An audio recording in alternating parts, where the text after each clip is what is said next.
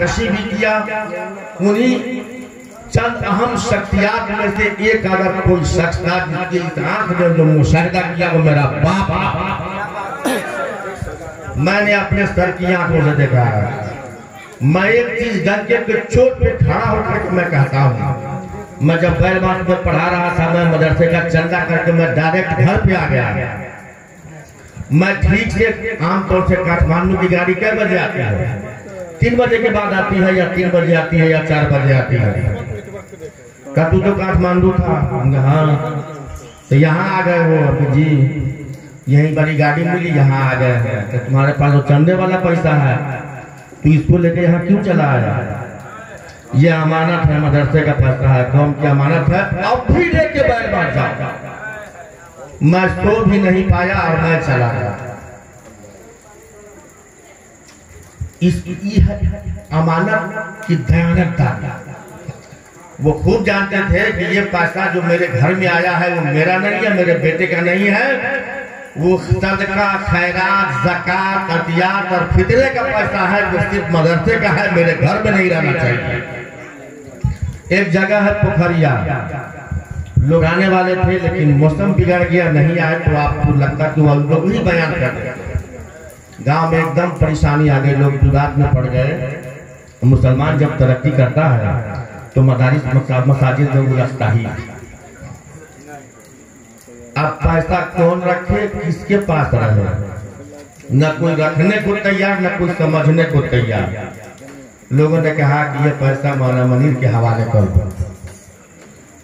आया जब पैसा लेकर के तो हमको रखे, ये हमारा बेटा ये गवाह रहेगा।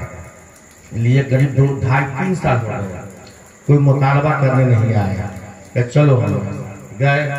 भाई जिंदगी का कोई ठिकाना नहीं है, ये अलग बात है कि मैंने गवाह बना रखा है, लेकिन तुम लोग अपना पैसा ले लो। कि हजरत हम लोगों से ये फरियादे वाला नहीं। एक बार आप फिर खिदमत का मौका दीजिए, आप ही रहिए, इस पैसा को आप अपने हिसाब से यही खर्च कीजिए।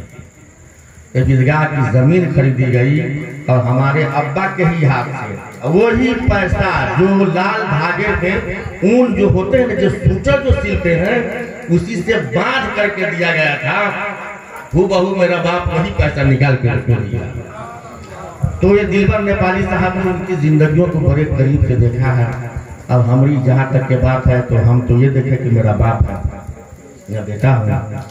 बस अल्लाह तबारक व तआला का फजल हम सबों पे जारी है कि अल्लाह का फजल है कि दिलबर साहब ने आज दिल को वाकई बाग कर दिया। इसलिए नहीं कि मेरे बाप की शान में पढ़ा, नहीं, वाकई जो हक था पढ़ने का वो शख्स ने ऐसा ही पढ़ा। जितने भी हमारे मुअज़्ज़ज़ मेहमान कुछ और भी थे जो नहीं आ पाए, आप आए, आपका शुक्रिया। माशाल्लाह आपने हमारी इज्जत अफजाई फरमाई। मैं जिंदगी जब तक वफा करती रही मैं आपका ममनून मशहूर रहूंगा। एक शख्स मौलाना रिजवान अहमद साहब के बहुत पाए के शख्स हैं, काफी दूर तक जाने पहचाने जाते हैं। हमारे अब्बा इनसे भी बहुत मोहब्बत किया करते थे। जब मैंने पहला, दूसरा, तीसरा बनाया तभी भी दिल में ये बातें थी कि उनकी हाजिरी करवाई जाए। अल्लाह का फजल है कि 2 खुशियां हैं।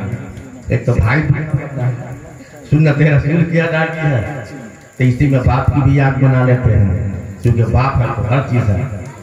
जो बाप नहीं है तो समझिए इंसान बेदस्त पाप।